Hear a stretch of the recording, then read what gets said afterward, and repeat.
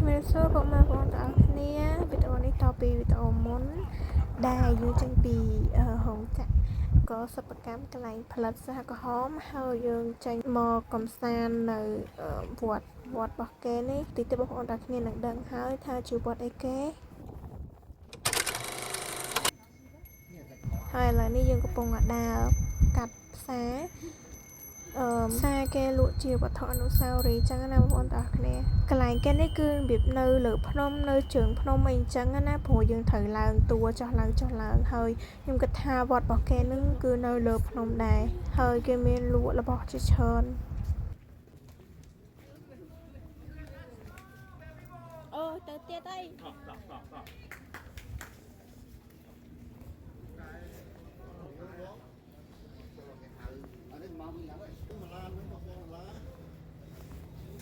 អូនេះនេះយន្តសិនអូគឺគេ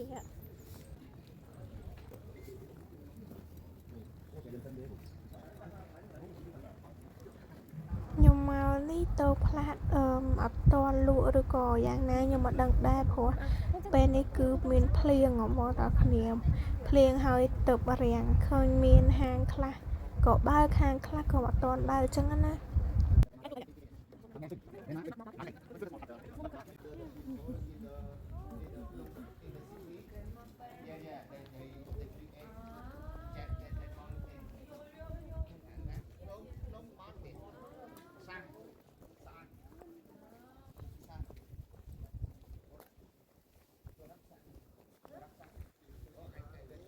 ផែនទីគេបងប្អូនទាំងអស់គ្នា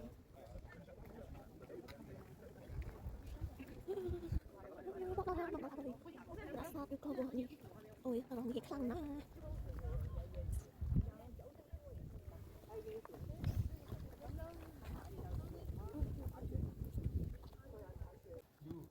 យើងដើរនេះឆ្ងាយដែរតំណដល់ខ្លោងទ្វារចូលចឹងណាបងប្អូនទាំងអស់គ្នាហើយផ្លូវយើងនេះគឺឡើងរហូត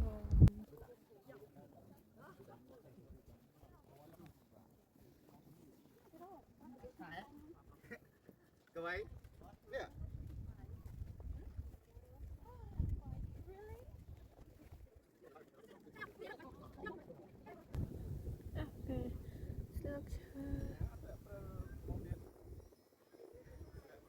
From here, after you enter, that's the temple inside.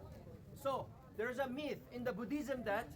when you enter the Ilchinmun gate, all the evil things cannot follow you. Means that after you pass, so you should enter in the middle, the main gate.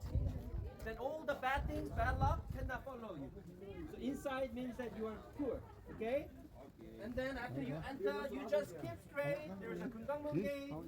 Sachonan gate. There are many other gates, but our goal is Daeunjeon. That's the main hall of the temple. Okay? So, okay? So Sakamuni Buddha. All the buildings have a different name. There are so many Buddhas, right? But who is the biggest and highest Buddha in the Buddhism is Sakamuni. 30 minutes, okay? So we will just finish it within 15 China. Chinese តើពីគេបានបញ្យល់ប្រាប់ពីទីតាំងរួចហើយយើងក៏ដើរឡើងទៅហើយមេក៏ចាប់ផ្ដើមធ្លាក់ប្រលទៀតហើយអញ្ចឹងឥឡូវនេះទៅទស្សនាតាមដាន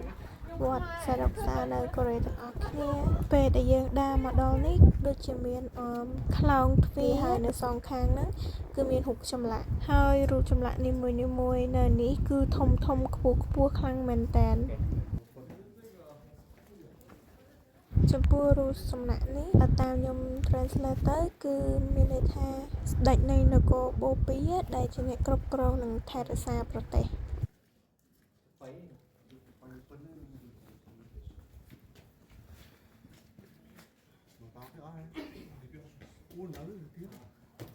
អញ្ចឹងបើបងប្អូនទាំងអស់គ្នាចេះកូរ៉េឬក៏អានអក្សរនេះដាច់សូមជួយ comment ប្រាប់ខ្ញុំខាងក្រោមផងថារូប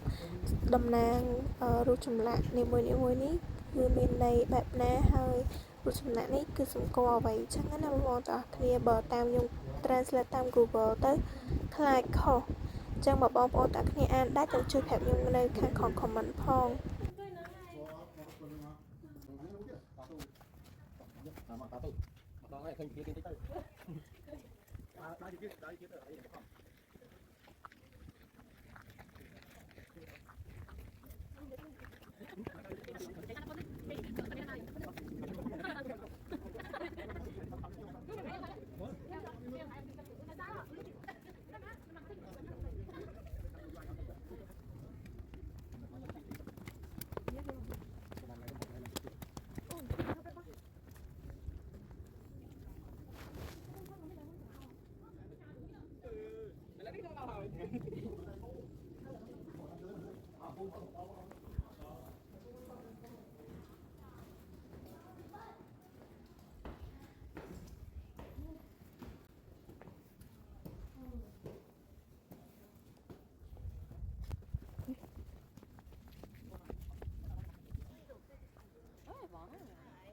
ហើយឥឡូវនេះយើងបានឡើងមកដល់ខាងលើហើយខាងលើគេនេះគឺជាវិហារធំដែលអាចឲ្យយើងចូលទៅថ្វាយបង្គំបានហើយខ្ញុំក៏បានចូលដែរប៉ុន្តែនៅក្នុងវិហារគេនេះគេអត់ឲ្យថតទេហើយយើងបានថ្វាយបង្គំជាមួយនឹងដាក់លុយដូចហឹបលុយទៅតែខ្ញុំអត់មានជាកាក់ទេតែខ្ញុំដាក់ជាលុយខ្មែរនៅក្នុងនឹងដែរចប់និស័យអញ្ចឹងណាបងប្អូនទាំងគ្នា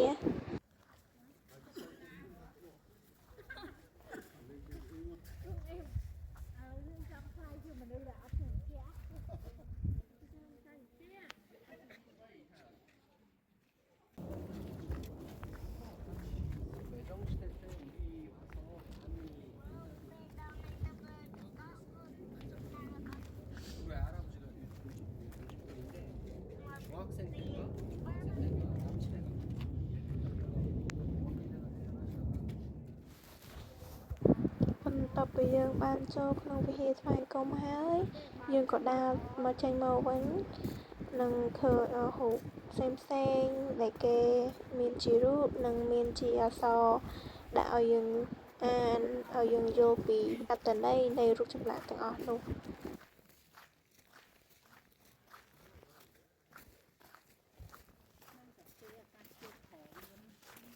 ធនធ្លាក់ប្រហុកវិញឡើងបានបងខ្ញុំមិននៅប្រអងទីស្យាតែនៅស្រុកប្រាំងនេះក៏ដល់ជិះដើរគេអត់ដែរចោតឲ្យលីងហ្មងទួមមេឃដៅមកដៅមើលហ្នឹង